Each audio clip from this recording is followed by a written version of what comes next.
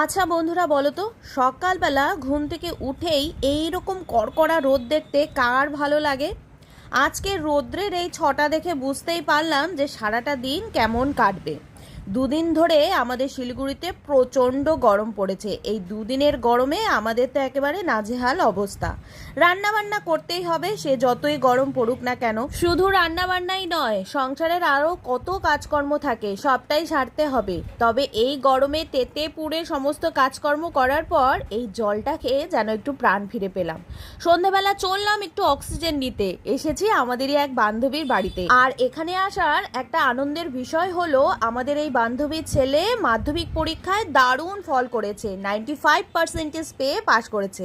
সেই আনন্দেই সবাই একসাথে হওয়া, খাওয়া দাওয়া, গল্প আড্ডা, আর এইরকম ছোট ছোট আনন্দগুলোর মধ্য থেকেই আমরা ভরপুর অক্সিজেন পাই। কেমন লাগলো জানিও কিন্তু অবশ্যই।